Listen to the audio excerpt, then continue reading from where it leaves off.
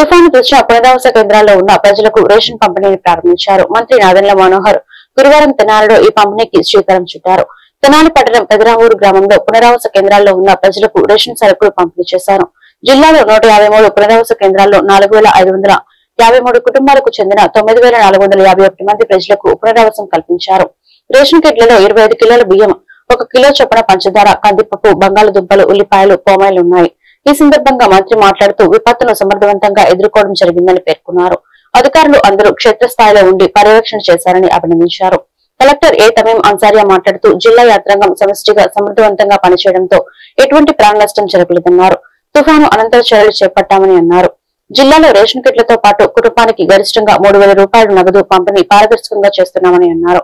జిల్లాలో ఆరోగ్య పరిస్థితులు తెలుసుకోవడానికి ఆరోగ్య సర్వే చేపట్టామని తెలిపారు.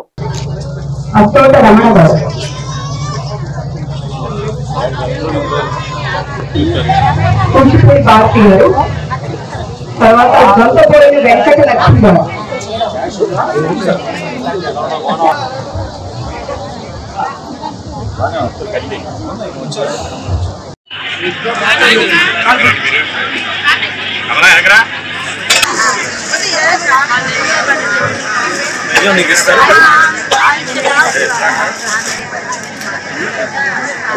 సువార్త మధుర